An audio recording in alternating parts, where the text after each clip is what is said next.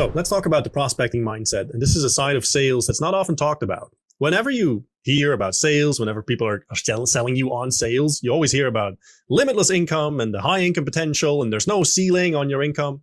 That is true, but there's no floor either. So, ups and downs, yin yang. So in this case, let me give you a quick story of how I actually got into sales. I used to be an assistant in a real estate office. I was young, and agents were always complaining about the fact that they didn't have any leads. They just needed more leads, and then life would be dandy, would be perfect. So what I did as a young, enterprising man, I started collecting phone numbers of people that were selling their homes without an agent. We called those for sale by owners, or FSBOs. And I put them in a spreadsheet, and I made them available.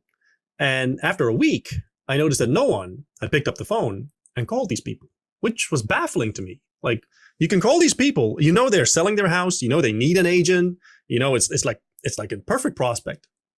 So, and if you close them, it would make you like, I don't know, $2,000, $3,000, $4,000, $5,000. That back then I was making like $400 a month because I was still in school. So you could make 10 times my salary with a successful phone call and a presentation. It was just weird to me. Why is no one calling these people? So this kept happening, and I kept accruing leads, filling my spreadsheet. Nothing was happening. And after I asked the agents, and they gave me all sorts of weird excuses, like, yeah, no, I'm busy, or what, it's not really in my area, or I don't like the houses, or some bullshit, complete bullshit. In reality, they were afraid. And most agents, most salespeople in general, are very afraid of rejection and, talking to someone that doesn't want to talk to you.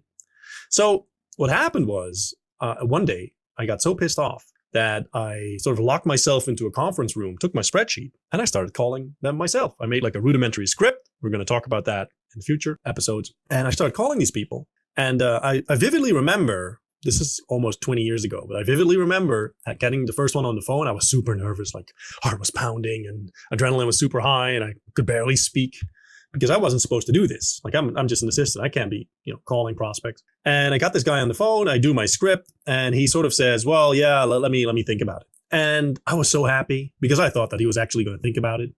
Spoiler alert, he wasn't. Like, that's just a good way of getting someone off the phone. But I stood up, went to the office owner, and I sort of confessed, saying, hey, well, the agents aren't calling the lead. So I got kind of pissed off, and I did it myself. And I got one. I got one on the hook. I got one that's going to think about it. So the office owner informed me that, no, he's not going to think about it. You were just, he told you to fuck off, but in a nice way. But he was impressed with my initiative, and I got like a promotion out of it, basically promoting me to the guy that calls these people because the agents weren't doing it all.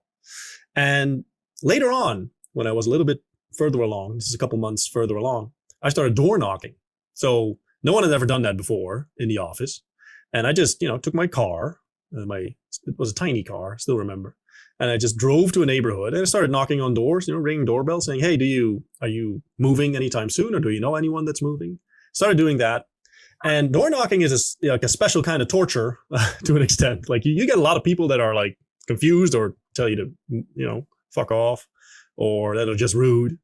And I could be wrong, but I think 1 out of 300 doors or something would say yes and would lead to an appointment. And maybe 1 out of 3 appointments would actually show up or actually be viable. But I didn't have anything better to do. And I knew that, again, if I closed one, it was awesome. Like I was going to make actual money. And I did that for a while, just, building that muscle of perseverance, of actually doing it. And it was probably the most valuable experience of my life. Like doing that, just going through that.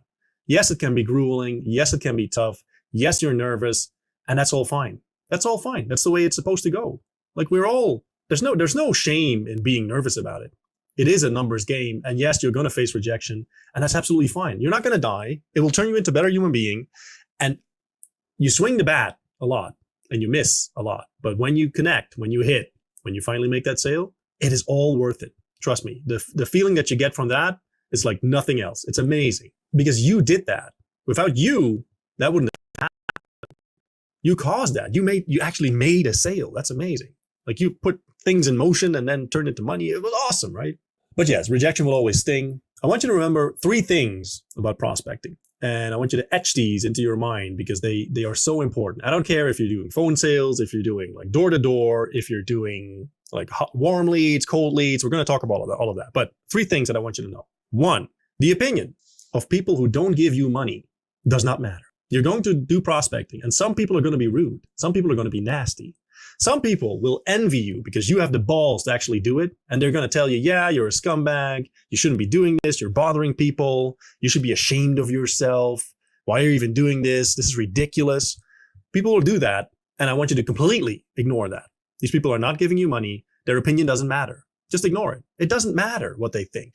The spectator always has a lot of opinions, but the people on the field, the player on the field or in the ring or in the cage, that's the only guy that matters, and that's you. So ignore the people that don't give you money. 2, rejection is never ever personal. They're not rejecting you as a person. They're rejecting whatever you're offering, and you have no idea why they're rejecting you. Maybe their hamster just died. I don't know. Maybe they just had a fight with their wife or their boyfriend or whatever.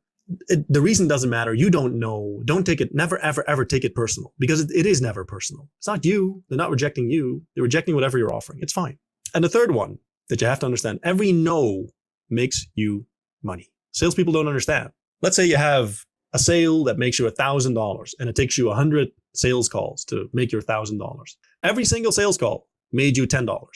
If it's a no, it doesn't matter, because you have to go through the no's anyway. You can't skip the no's and just get to the yes. So once you understand that every single sales call makes you money, it's easy.